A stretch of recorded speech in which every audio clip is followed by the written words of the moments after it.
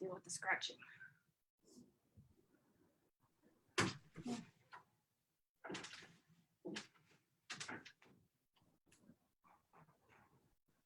Oh, it's so hot in this room too. Hey guys, this is Dr. Sandy and I have Dr. Jessica with me tonight. Are we ready to disrupt the status quo? Woo! All right, so it's just us tonight, so we're gonna get down to business. Where's my phone? I'm gonna make sure that I have it on because I know that we're gonna be asking questions and I'm gonna be expecting if anybody has anything that they want to share, any insight that you have, I would love to hear it because this is going to, we are revolutionizing healthcare. So let's see where we are on this video. Here we go. Okay. All right. So we are revolutionizing healthcare. So I need to turn down this one. Where we are on this video. Hold on a second. Okay. Okay. That doesn't work great. Okay, there we go. We got it. We got 4 people watching us. I'm sure we're going to have more by the time that we're done. So, Jess. Yes. We have, and you have been working very tirelessly on our newest adventure. It's a part of Nurses Against Violence Unite, and we are going to announce this right now. I have a meme that's going around that a lot of people have seen are like, what in the world is Rizaldi doing? I don't get it. Okay, well, here's the thing. Are you ready to change the way healthcare is? I hope so. Hope so. No, I hope they're ready because it's been way overdue. Like, yeah, it's been exceptionally overdue. Right. So nursing school overdue. Right. Like everybody that's out there that's watching it, if you do not tell everybody that you know to get on this call right now, on this webinar, or even listen to it after the fact, you're going to be missing something. It's very important because I don't jump on board with anything. And Jessica and I, okay, so as we know, Jessica is extremely analytical. She's like super brain over there. And I'm like, let's try to make some of this. I don't understand what she's saying, but I'm going to try to make the best of it and try to relay the message. Okay, so I'm more of the marketing. I'm more of the like relationship person. She's the brainiac behind all of this. And I've put in my input with Nurses Against Violence. We have secured the trademarks, and we will get into this later, for all of the things that we are talking to you about. Nobody out there is going to get what we have. So with that being said, I'm going to let Jessica kind of talk about it since she is like, I'll talk about the reporting piece. Okay. And I'll be quiet. On where to start, because yes. So it is a big undertaking. So I'm going to kind of try and give it, because when I was trying to explain all the working pieces. Yes, ma'am. And we are going to have another webinar Friday night, 9 p.m. Eastern Standard Time for all the doctors, nurses, nurse practitioners, anybody that wants to do what we are talking about. We're having a webinar just for you guys at 9 o'clock on Friday night on Eastern Standard Time. So mark that on your calendar right now, because when she starts talking, I'm sorry to interrupt. Look at her, she's getting so excited.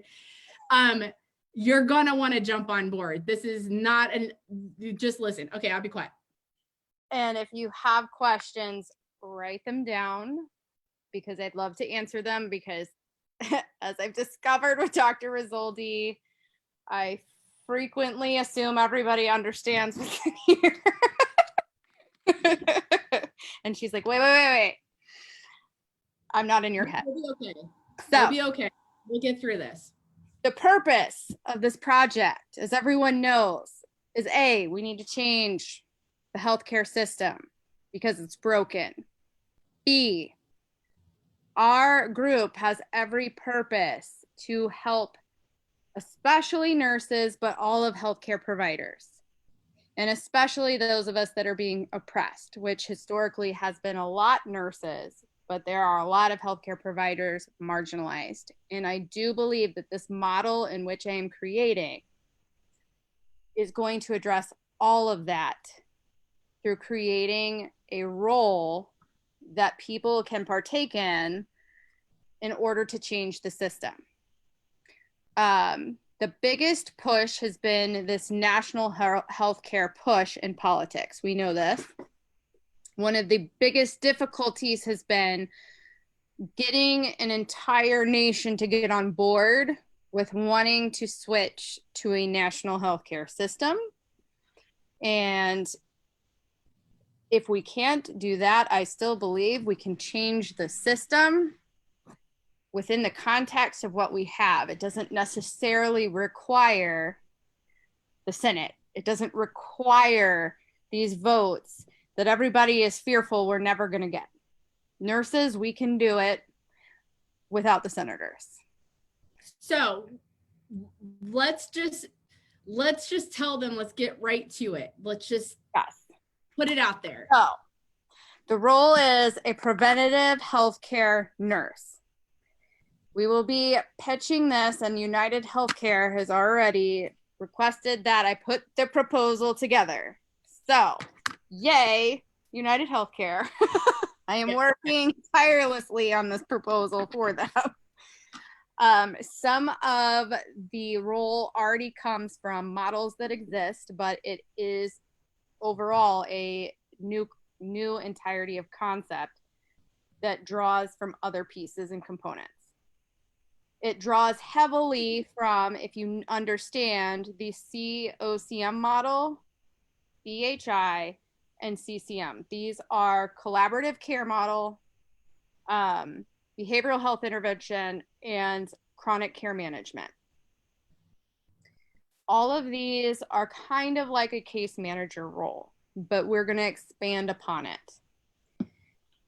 Usually centrally, the primary care doctor has been the focus of these roles, but even primary care physicians, we know there are not enough of them to manage this system. There are so many needs in all of the areas, and even in psychiatry, this was actually a big reason COCM, or the collaborative care model, was developed, was to help these patients that didn't have access to these services.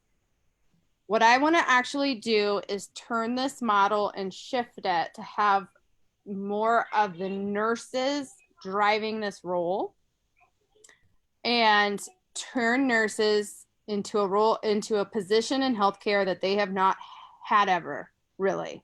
And this is putting them in the driver's seat. Nurse practitioners have just barely gotten to dabble in this seat, and this is being in a fee-for-service role. If you understand what that means being your own boss and billing for your own services. Damn straight. The reason you don't get respect in the hospital is because you're not billing for the services in which you provide. You should be, but it's not happening. You are providing amazing services. The hospital is riding on your back. Trust me, they are.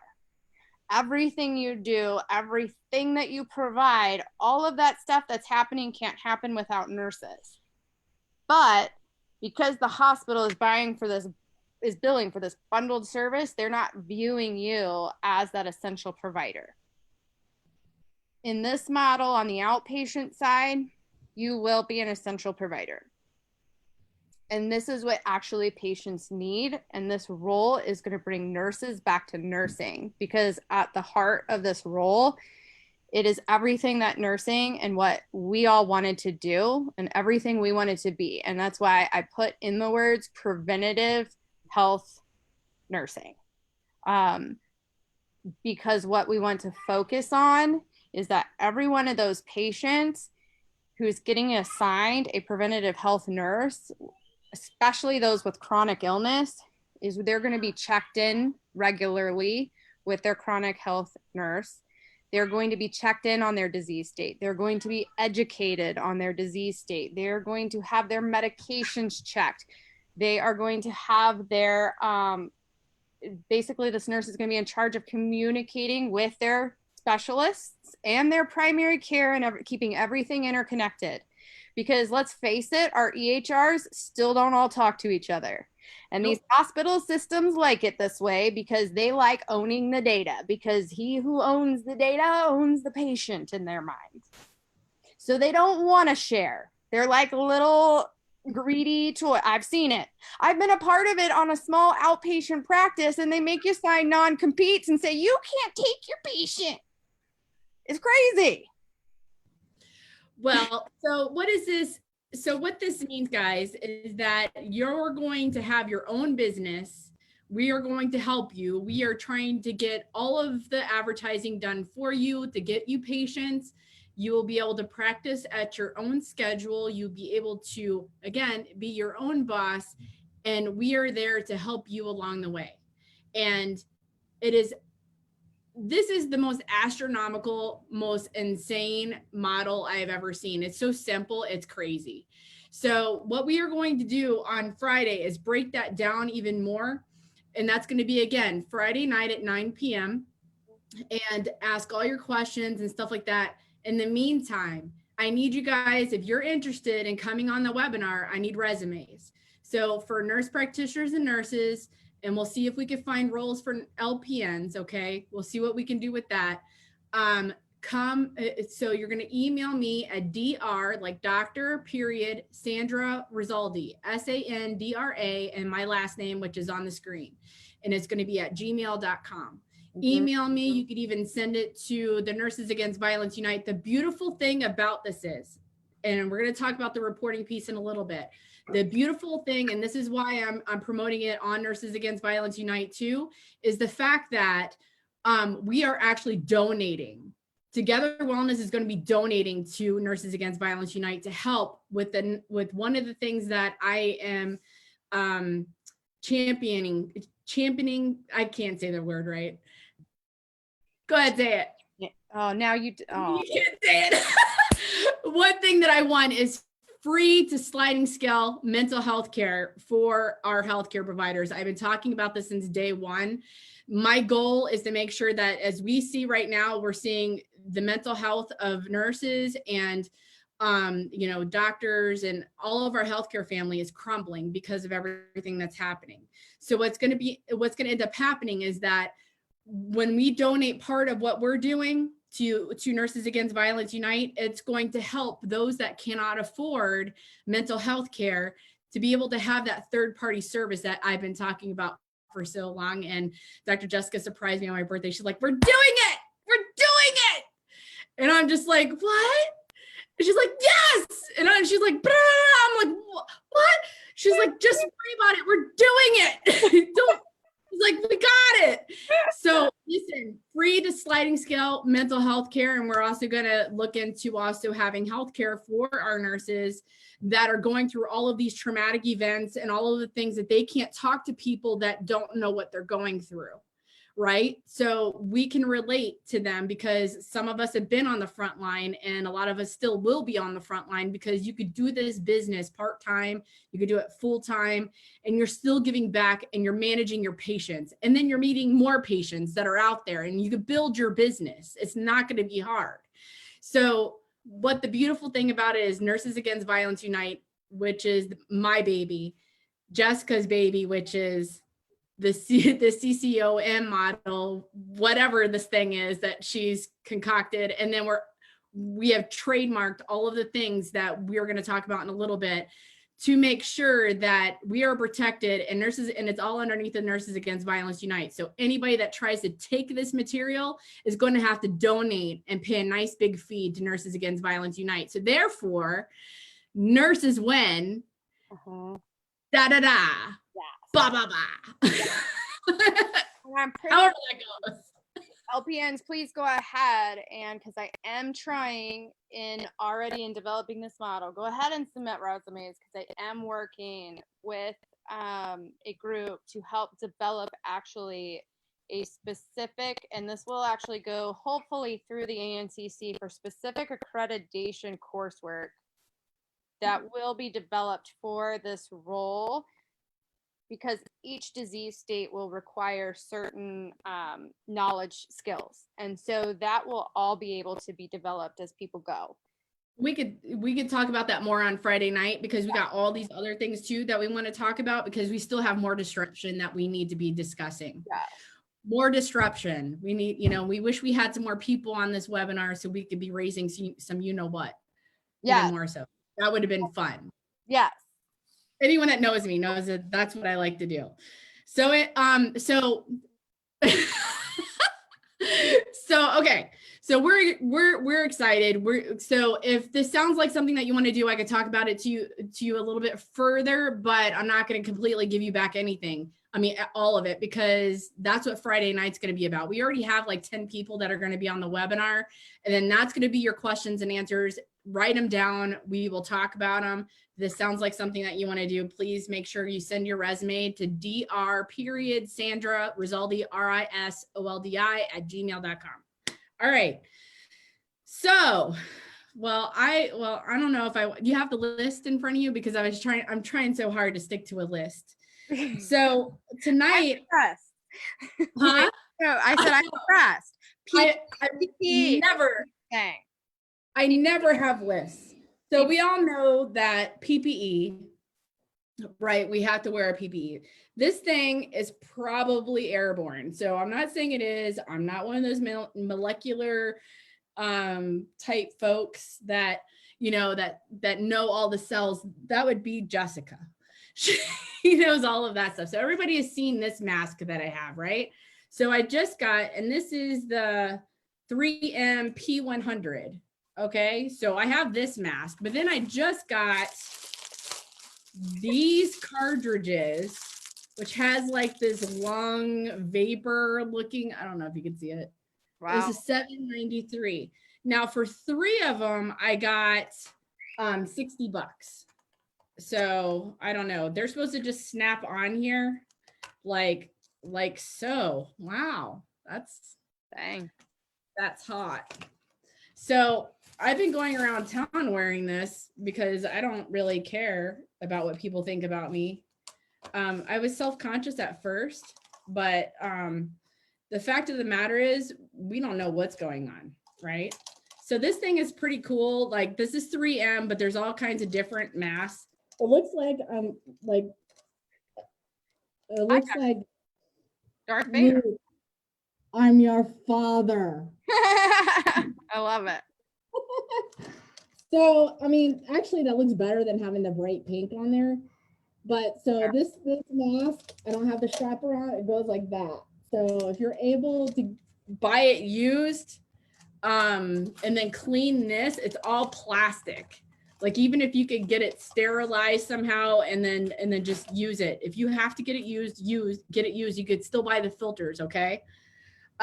So we're also seeing that, some PPE was delivered to New York City, which is good. Hopefully I'm still seeing a lot of people that are being asked to work, even though that they don't have the proper PPE on. And that is ridiculous. You have to be able to protect yourself because you have your family going home, as we all know. Excuse me. And we just don't know exactly how this stuff is, if it's airborne, if it's aerosoled, but how are so many people getting this so fast? Some say that we've had this for a while, and I'm pretty sure we have. And then, there's just all kinds of theories. So I'm not going to try to get into some sort of heated type of issue. I'm not a scientist. I'm not anything, but there is something I wanted to tell everybody. I'm frontline, and I'm phasing into a more professional role now, but I will still be trying to work on the front line to be able to see my frontline people, because that's where my heart is. I've been in frontline for like 29 years. I've been at nurse's aide all the way up to RN, working the floor. It's my heart. So I want to thank you guys.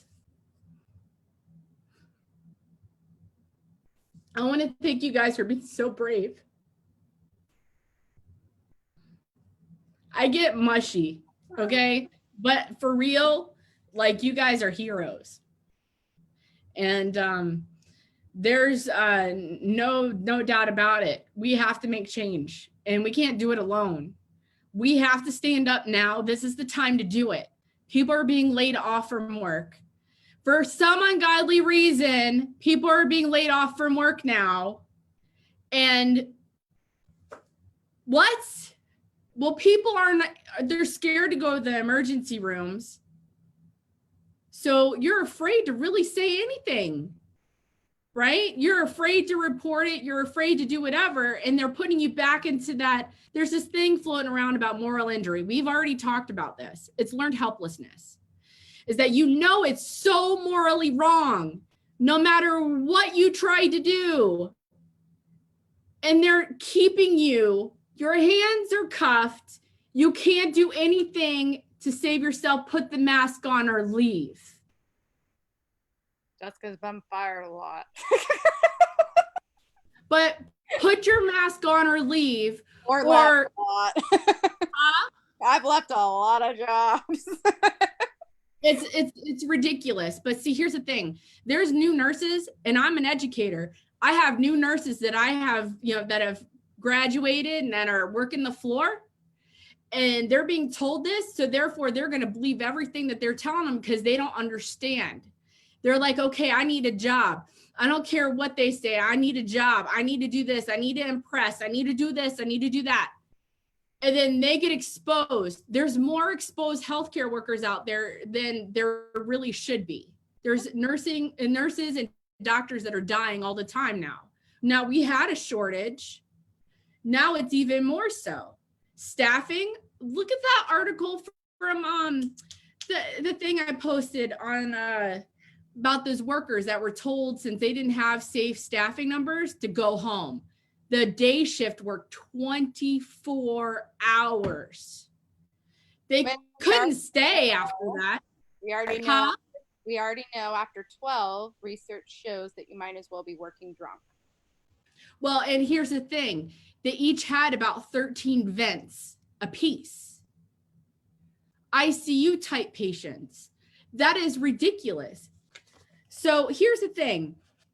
There is, and as we all know, there's laws out there, right? So we're going to talk about this. We're still disrupting the status quo. So there is workers' right to refuse dangerous work. I'm going to read this verbatim, okay? So your right to refuse a task is protected of all bolded of the following conditions that are met. Where possible, you have asked the employer to eliminate the danger and the employer failed to do so. And you refuse to work in good faith.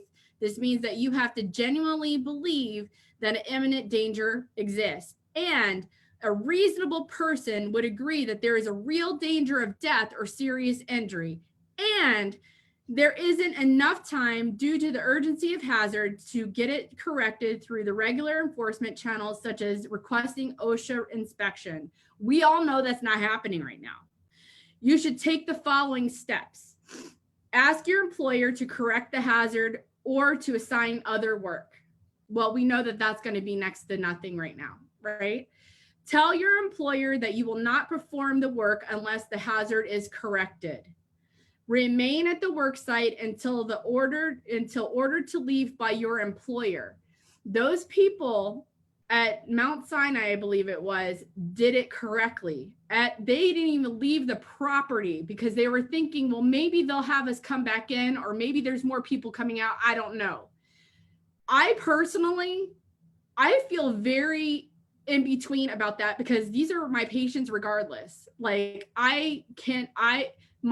my coworkers are there during the day, and that's where they trap you in that box. That's where administration gets you because they play at your heartstrings and they make sure that you stay there because they know that you can't leave there because you morally cannot do it. Moral injury / learned helplessness. Let's keep you there. Let's keep you there. Shut up and do your job. I have a theory on this. What's that? That the reason healthcare got hijacked is because the biggest codependents in the nation are healthcare professionals, and the biggest shady sociopaths in business hijacked the biggest codependents in the nation, which are healthcare professionals, because they play at our heartstrings and our patients. And so they were able to step right in and take us over by playing exactly at that. Yep. And so people make a big thing about, oh, I've invented, or we're taking about this moral injury. No, this is learned helplessness. Nurses Against Violence. We've been talking about this since day one. This is all a part of my DNP project. It's all about it, right? We are victims of, because we believe in taking care of our patients. Mm-hmm. And none of this is our fault. And then we talk about patients beating us and stuff like that. We've also talked about that because we are just not aware of all the things that we need to know, right? Since day one.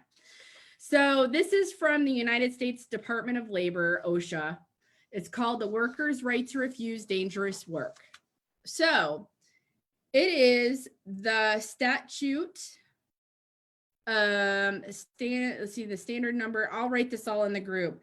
1977.12, and then in quotes or in parentheses, it's B, and then another parentheses right there.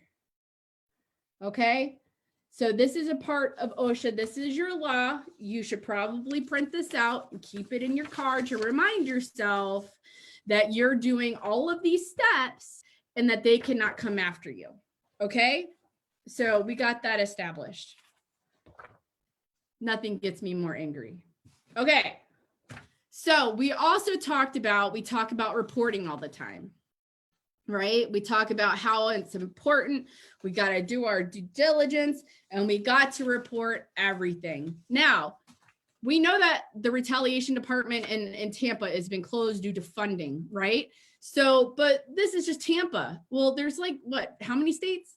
Like 52, somewhere around there. So we need, if I'm wrong, guys. 9th grade, formally. I did not memorize how many states we have. So anyway, so in every state, every area has an OSHA department. I'm sure somebody's open, or somebody is still functioning and is not closed.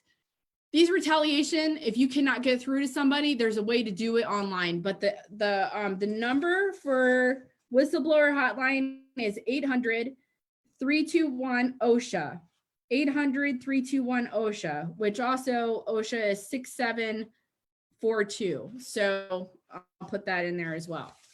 So before I get to the finale and talk about reporting, we're going to talk about something that I thought was extremely interesting. And I want Jessica to try to decipher some of this, because it's this article that was on one of our friends' page, and I saw it and I thought it was real interesting. It's talking about how COVID attacks the body. And I've also seen how the blood is black. And a lot of people are showing how the blood is literally black when they draw it. Now, I'm not a scientist. I am a frontline nurse. So I'm going to talk about this, and, it makes sense. But since Jessica is like the DNA, the cell person, all of that jazz, I wanted to hear her weigh in. And in the future, I want to get some more people on here too that will also, we can have these kind of discussions. But the way that this article, it read to me, Jessica, is that the iron is attached to the hemoglobin. Correct me if I'm wrong. I should know all this stuff, but it's attached to the hemoglobin. And then when it's detached, the virus detaches it from the cell, and then the oxygen can't go in that cell at all, because that iron keeps that oxygen in the cell. So they're treating it like it's ARDS, but it's not. Yep. So, and I've heard other instances where the doctors are talking about, if you overinflate the lungs, you'll pop them. Yes. So we do need vents. I agree. We do need vents, but what is happening here? So I want to hear your take on this article, and I'll try to chime in to try to make it a little bit like, see if I can understand what you're saying and to be able to relay it, because it seems to me that if they focus a little bit more on that and how to get that iron to attach back on, we might have a better outcome. And they were talking about another drug that treated Ebola, was a good treatment for this, that treated coronaviruses. So why aren't we looking at that? So these are some things that I wanted to have you kind of try to explain, if you could, please, ma'am. What is your take on this article? Is there any validity that you could see on this? So it's really interesting when you actually gave me this article, because I think I had been trying to say to you not too long ago. And I was like, when you gave it to me, I was like, oh my God, that's what I was trying to say weeks ago. Yeah. That felt like that this virus all along to me sounded like it was operating like carbon monoxide poisoning. Yeah, like too high of elevation. Like somebody was also explaining as like too high of elevation, and that we went from being at normal level, like sea level, to like Mount Everest. Yes. So what happens is that the problem is that the ventilator is not really fixing the problem, because when the cells are all bound up, it's not actually going to carry the oxygen anyway. And right. So the virus is actually hijacking the cell and binding its ability to actually carry that oxygen, just like carbon monoxide does the same thing. So it's a very tight bond, and that's why it's very hard to override carbon monoxide poisoning in kind of the same way. And so you can give more and more oxygen, and actually what you'll do is you'll cause damage and scarring and kind of tissue damage. Right, organ failure. Pump in too much, because it's not like they're actually utilizing that oxygen that's being heavily pressured in. It's not being delivered anywhere. It's just being pumped in there, not carried and delivered the way it's supposed to be. Right. And so that's kind of where they think that the virus is having is causing the issue as well. And so that's why they think that patients are continuing to have issue, and where they're actually decompensating is that they're having hypoxic injury, right, which is basically the lack of oxygen and injury and multiple organ failure from this lack of oxygen. So that's kind of the difficulty there. So in addition, with they were kind of talking about other choices. I kind of heard about some antiretroviral or some medicines some of my friends had kind of talked about that were coming out of Canada. It's interesting because I haven't really seen any. Yeah, the Ebola. They're talking about the Ebola one too. Yeah. I forgot what the name of it is. And there was one that is actually used for HIV that was in Canada. And I haven't seen it coming at all in US articles, which I found interesting because weeks before it was starting to spike, I'd actually had some of my friends in laboratory sciences reaching out asking me if I could prescribe it for them. And of course, me being in the most restricted state at the time, I had my hands tied with a collaborator who wouldn't let me write beans. And I was like, any other state, I would have been writing it for all my friends. I've been like, here, look. I mean, basically, so what is going on is that, so the reason why I'm bringing this up, and because I know that we have a pretty large platform, is that I want everybody to really think outside the box here. We are in a situation where it's going to take all of us to try to help, even though that you're seeing the things right on the front line. My ER people, my ICU people, you guys, med surge that are acting, that are mildly trained to pour things into ICU overnight. Like, I mean, you guys like deserve a huge hug, really. You know, it's, you guys are seeing this every day.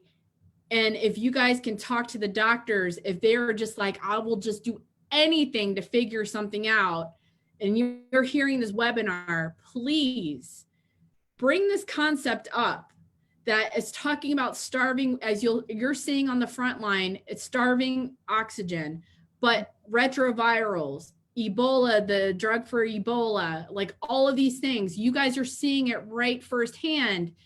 If you have a doctor that is just willing to try anything, you might be on the, you might be able to change something.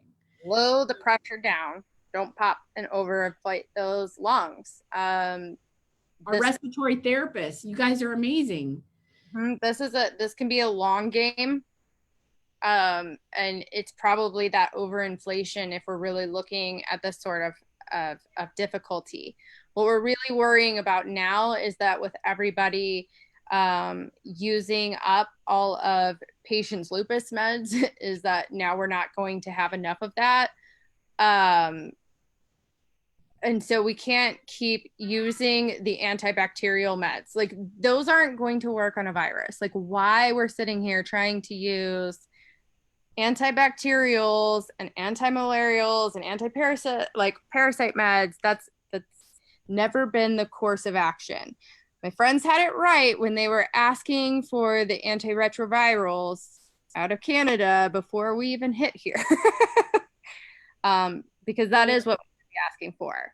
Yes, yeah, definitely. The stuff for HIV, the stuff that prevents viruses. They work differently. And I've tried to explain viruses, bacteria, they all replicate differently. I try and explain, so viruses are pieces and parts. They don't mate, they don't replicate the same. They take over, they hijack a cell, they take over the parts and they spread that way.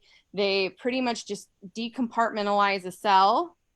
And so they don't even die off the same way. The whole point is to stop the spread, and they're highly targeted.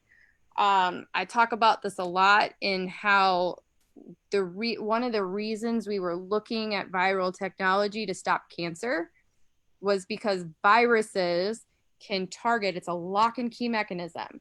They target specific cells. They target specific endings on specific cells. They're very, very driven toward, I mean, they don't just hit anything. They will target in on just like CD4 cells for HIV. They can mutate into what they will lock and key into. It's like they can morph their key shape, kind of like a skeleton key, but they still don't deviate. Whereas bacteria are very different. They kind of hijack and overwhelm, which is why we spike fevers more frequently and we have all these other issues that kind of go along with bacteria. They're a little easier in some ways to kill off. And we can target kind of their walls on their outside. Viruses, we really got to stop the spread to our own cells and kind of block their ability to enter our cells. So when we're trying to fight a virus with something that basically attacks a cell wall when it doesn't have a cell wall, that makes no sense. When we're trying to release more antibodies to attach to something on a cell wall when it doesn't have that, that makes no sense. We're just using up antibiotics for no reason. That is exactly why when you go to your doctor, and why it drives me insane when you see the telemedicine person and they give you an antibiotic for no dang good reason other than to say that they gave you something, and they're just spreading this disease more without culturing it. They are causing the superbugs. Sorry, micro is like one of my favorite classes. Thank you, my micro teacher from like 10, 15 years ago. It's exactly that reason. They work completely different ways. And so it doesn't make sense to use the same drug. They don't target, they don't destroy the same way. And so we really need to be using different mechanisms, and don't waste. And I loved at the end of the article, because I have this one it says, don't trust Trina for the meds. I have this doctor. I know I'm going off on a tangent, but it is kind of funny. I have this doctor that says he will never get generics. He only orders branded meds out of the US, because he doesn't trust the generics, because the levels, and this makes sense from this scientific reason. I'm telling myself it's this, and that he's not paranoid. It could be totally paranoid, and he could be cuckoo for Cocoa Puffs, but I'm trying to rationalize it with science. And the science is that generics can be 30 percent differences. It can be different on either side equivalency. So especially in hormone lands, it's supposed to be like a labeling law. I mean, it's supposed to go according, it's FDA regulated, so it can't have less. No, it can. Up to, I want to say it's 25%. I can't remember. I think it's 25%. I would have to get you the exact numbers, and I don't want to quote it because I'm not remembering it, because I am kind of a little tired right now. But I think it's 25% on either side. So you can get more equivalency of the drug, or actually less equivalency. And so people who are very sensitive to that, and this can be in antibiotics, this can be in your antidepressants. We see it very bad in psych. We see it very bad in hormone treatment, cardiac drugs. If people switch their generics, they can have rapid decompensation. Imagine you were that person that was at the top end of one generic, and then all of a sudden gets another generic because your pharmacy wants a cheaper one, and they get the one at the bottom, and they've just dropped like a 60% drop in equivalency of the amount of active drug in their system. It's a massive change, and they can have withdrawal effects and all kinds of things. So we do see that. So no, I wouldn't necessarily trust those things. So I have one of our friends that you're going to meet on Friday. He mentioned Zithromax has a benefit. It is a preventative against secondary bacterial infection, probably, that comes with that. So I don't know. He's maybe because he sees things differently, and I mean, I kind of agree, but I'm not the science person.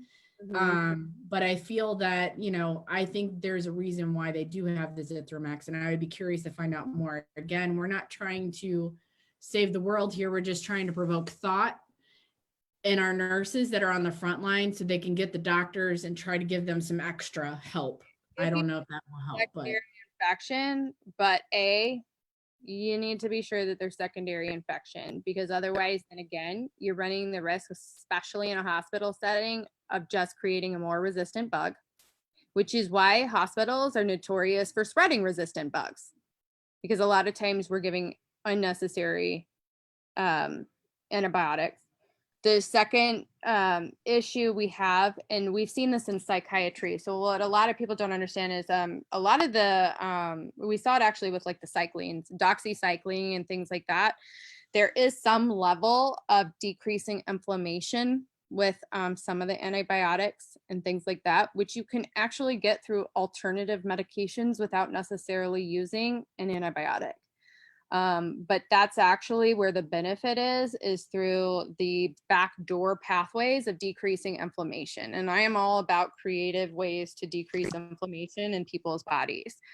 And I'm really big into, and now I'm going to sound all hokey, complementary alternative medicine, but I can tell you what, her, our biller and coder, I may have just helped her kidney function, because the hospital just trashed her kidneys with cross antibiotics. They put some medicines together, threw her kidneys in the tanker, and I was like, okay, we got to fix and take that nephrotoxicity. We got to get rid of it. Here's this supplement, and this supplement. Ask your primary care how she feels about them, because that can take that oxidative stress off those kidneys. And so far, we've taken it from a 2 on her creatinine function down to a 1.3. So in 2 weeks. So, there are things that you can use alternatively that can help, but you really need to have some people that are kind of versed in those things. And that's not to treat a secondary infection. If it is a bacterial infection, you need an antibiotic. I must stress this for you pharma out there and you I don't give my children any pharmaceuticals, there is a time and place for pharmaceuticals. Okay, Dr. Jessica. Sorry. Okay, so now we're going to end with reporting. Okay, so we all know, so there's a governing body for nursing, governing body for doctors, there's a governing body for Joint Commission, OSHA, whistleblower, there's even an NIH. I saw that there's a reporting mechanism. There's what else? OSHA, what else would it? Okay, so literally every governing body. Oh, CMS, Medicaid. Yeah. All the states. All of it is the anonymous reporting aspect of it is. Are you guys ready for this? Like, I don't know. I think we got only like 2 people that are watching. We better get people that are watching. Probably because we're taking so long. So listen. So if you're having, I said I lost everybody at vaccines. So here's the deal. Yeah. So we are going to have a reporting mechanism that is trademarked by Nurses Against Violence. This is my portion of the baby, where literally everybody, if you have an issue with what's happening at your place of work, let's say your nurse manager is coming at you and you have proof and you have all of that, and you're saying, hey, I need to report this. This is not right. You're not strong enough yet to report on your own, and you need to keep it anonymous. You come to Together Wellness, that is a component of Nurses Against Violence, and you report it through Together Wellness, and guess what happens? Together Wellness takes it and reports it to the Board of Nursing, reports it to all of the governing agencies for whistleblowing, and anybody else. So if you find fraud on your unit, if you find things that are not right, you come to Together Wellness and we will report it for you. So this way, if the Joint Commission, if anybody that's out there that's sitting there saying, well, it just kind of, I don't have a report. You go back to Together Wellness and we have all of that information. Yeah. So this is not only a governing agency to make sure that the things are getting reported, but if you need to say, hey, you know what? They can't find my report. Hey, Sandy, can you have that resubmitted for me? Mm-hmm. Sure, Alice, I'll be happy to do that for you. Resubmit it into the system and there's the report. So how do you guys like that? Do I hear anybody saying yay? I don't see anybody saying yay. But you know what? That's okay, because it's going to happen. Yay! And you know what? So there's another thing, another piece to this where, when you get assaulted by a patient, you get assaulted by a patient on the floor, and we're going to have something that goes straight to their EMR system that's going to go ahead and it's going to say, do you want to file a police report? And then you're going to click yes. It's going to take whatever information that they absolutely need. And then they're going to contact you either, later on in the shift or whatever to finalize your report. Mm-hmm. How do you like that?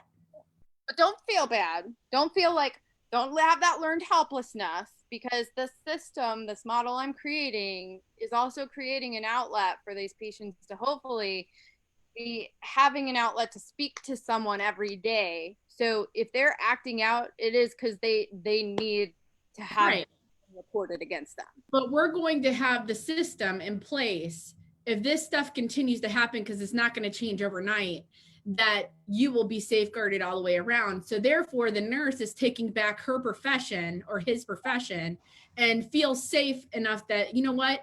If this crap is happening to me, now you have to have a valid reason. You have to be like, when you're reporting, you need to make sure you have your butt covered, because when you're coming to us, that's going to be required. If you have all of this stuff and you're reporting to us, we will back you 110%. Yeah. And there's no way the Joint Commission, there's no way that OSHA, there's no way that any reporting governing system can say that they never even received a report, because we're going to have it on file that we've already reported to them. Yeah. So this is going to help change the system. It's going to disrupt everything according to the model that Justin and I have with Together Wellness, as well as also helping out with reporting ventures. So we hope that you enjoyed this webinar, and we hope that, I know is a little bit lengthy, but this is hopefully a lot of information. Maybe you might agree, maybe you might not agree, but wholeheartedly, if you're wanting to join forces with us. Friday night, we're going to have a webinar. We're going to talk about all of the little intricate details that you want to know about the business. And believe me, it's going to knock your socks off. So again, my email is Dr. Rizaldi, no spaces, all together @gmail.com. And I look forward to talking with you. And if you want to message me, feel free to, as Sandy RN, or through Nurses Against Violence Unite. All right, guys, have a good night. Bye.